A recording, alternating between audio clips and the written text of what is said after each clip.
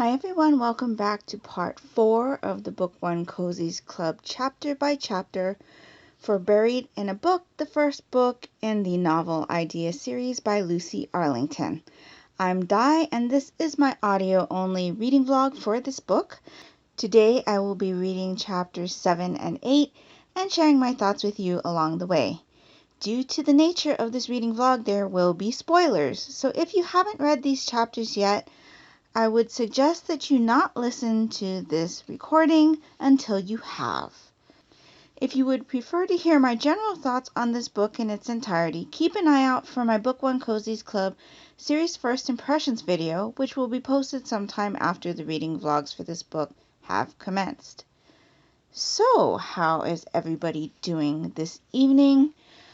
I was thinking about what we had read yesterday, and it dawned on me that I am not very good at keeping track of time in this book.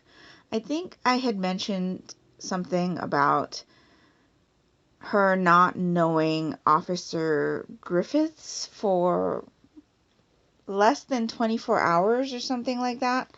But I believe it's been a little bit over that.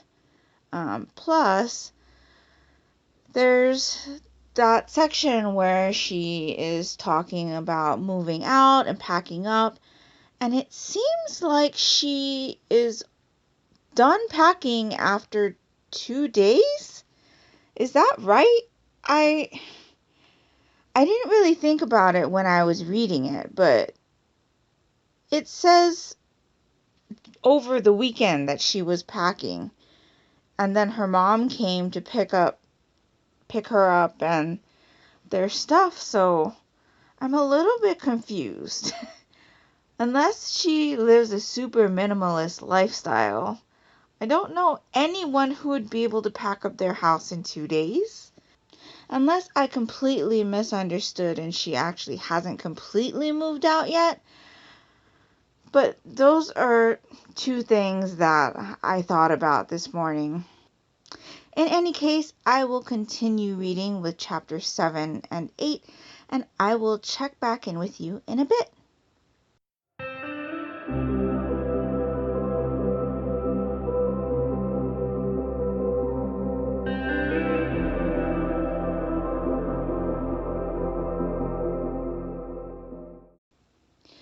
So I am on page 101, and as much as I enjoy seeing Lila at work and her deepening her relationships with her coworkers, I am not enjoying this little, dance she's doing with Jude. It seemed to me like she was going to pursue something with Officer Griffiths or Sean. At least I thought it seemed like they were getting to know each other, kind of. I mean, they did have a coffee date, but I really hope there's not going to be a love triangle presented, because that's something that really bothers me.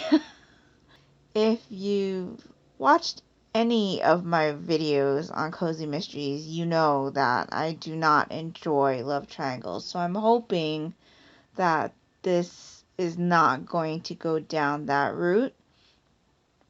But the reason I stopped to chat was that the one query that she was talking about in regards to the young adult fantasy novel about the twins traveling back in time, this would be the query that she put in the possibilities folder. That sounds a lot like a TV show I watched many years ago. The TV show was called Myth Quest, and it was on PBS. I'm not sure what year it came out, But I do know that I didn't watch it the year that it came out. I think it predates Percy Jackson, but I'm not sure on that. But it was a really, really good TV show. And this query sounds a lot like that TV show, so it intrigued me a bit. So I had to get on here and tell you that. So anyway, that's all I've got up until this point. I'll check back with you later.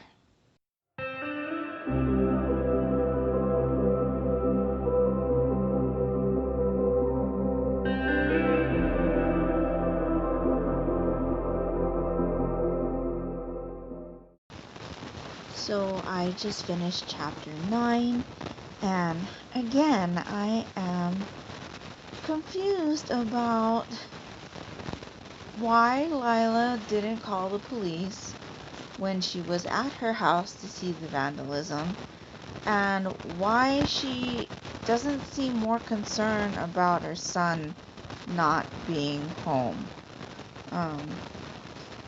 I know I've already mentioned that I was really irritated with the way Trey was acting when he was in the wrong, and that he was not showing any remorse for what he had done, and how Lila kind of didn't discipline him for it. And now he's gone off, and she kind of brushes it off initially. But, I mean, he did something that caused a lot of damage, could have caused major injury to others, and yet he's either having a good time on his own or he's in trouble, both of which are concerning as a parent. So, I don't know. I'm a little bit irked about the way she's acting about that, and how she's not taking things seriously, or at least I don't feel like she is. Like, obviously she realizes that the vandalism on her house was a message to her, but instead of calling the police there and then, she waits and says that it's because she's prioritizing finding her son. Yet, she doesn't call the police station about her son. She calls Sean. So, yeah. A little bit irritated with how that's all playing out. I'm curious to know how Sean knew where Lila's mom lived. That was a bit of a surprise to me. And Lila didn't ask, so yeah. Not much more to say about these two chapters. We are at the halfway point of this project, so that's exciting. I don't know if that means that we're halfway through the book. It looks like it based on where my bookmark is in my book, but so far I'm still enjoying this story overall, even though there are parts that are bothering me a bit.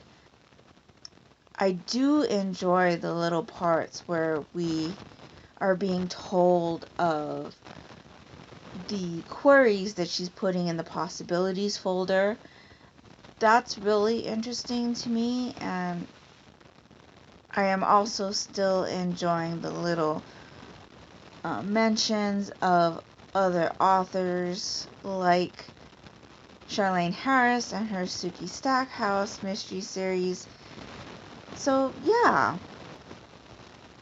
One thing that I'm really interested to learn more about is what Michaela had told Lila about Franklin, especially with the way that Lila had taken in the fact that he was talking in low voices on the phone when she went to go deliver a query that she thought he might be interested in.